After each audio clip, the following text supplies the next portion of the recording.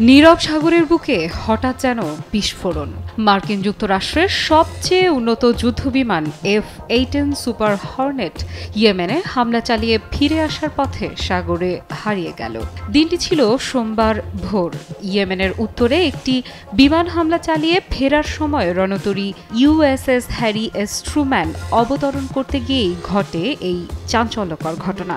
যুদ্ধবিমানটি অবতরণ করতে গিয়ে আচমকা সাগরে পড়ে যায়। পাইলট কোনোভাবে বেরিয়ে আসতে পারলেও বিমানটির আর কোনো খোঁজ মেলেনি। প্রথমবারের মতো এমন ঘটনা ঘটল এই রণতরীতে। এখন প্রশ্ন হলো, কিভাবে ঘটল এই বিপর্যয়? মার্কিন নৌবাহিনী জানিয়েছে, যুদ্ধবিমানটি অবতরণের সময় রণতরীটি হঠাৎ করে বাঁক নেয়। কিন্তু কেন?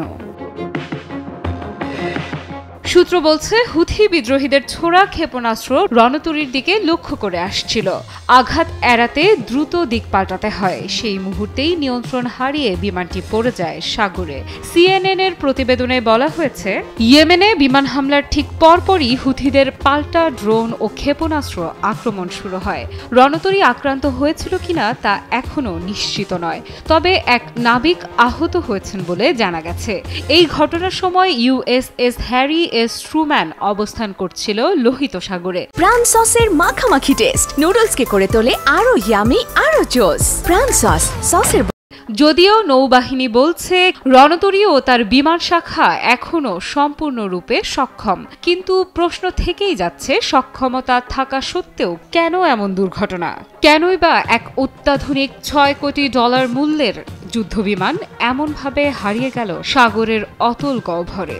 গত কয়েকদিনের ধারাবাহিকতায় 27 এপ্রিল ভোরে ইয়েমেনের উত্তরাঞ্চলীয় সাদা প্রদেশে বিমান হামলা চালায় মার্কিন বাহিনী। হামলায় আফ্রিকান অভিবাসীদের একটি আশ্রয়কেন্দ্র ধ্বংস হয়েছে। তাতে অন্তত 68 জন নিহত ও আরও 47 জন আহত হন। হুথি নিয়ন্ত্রিত দেশটির স্বরাষ্ট্র মন্ত্রণালয় এক বিবৃতিতে জানায়, আন্তর্জাতিক অভিবাসন সংস্থা এবং আন্তর্জাতিক রেড ক্রস কমিটির তত্ত্বাবধানে পরিচালিত আশ্রয়কেন্দ্রটি মার্কিন বিমানের লক্ষ্যবস্তুতে পরিণত হয়।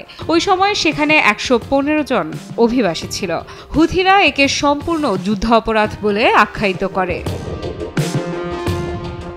সংবাদ মাধ্যমে প্রচারিত ফুটেজে দেখা গেছে, ধ্বংসস্তূপের নিচ থেকে আহতদের উদ্ধার করে নেওয়া হচ্ছে হাসপাতালে।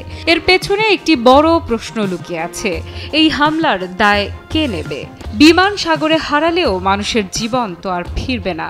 গত 1.5 মাসে যুক্তরাষ্ট্র ইয়েমেনে চালিয়েছে 1200-র বেশি বিমান হামলা। নিহত হয়েছেন 1300-র বেশি মানুষ, যাদের অধিকাংশই নারী ও শিশু। হুথি বিদ্রোহীরা বলছে, তারা গাজায় ফিলিস্তিনিদের ওপর ইসরায়েলি হামলার প্রতিবাদেই এই প্রতিরোধ চালিয়ে যাচ্ছে। সাগরে পশ্চিমা জাহাজ লক্ষ্য করে তারা ড্রোন ও ক্ষেপণাস্ত্র ছুটছে 2023 সালের নভেম্বর থেকে।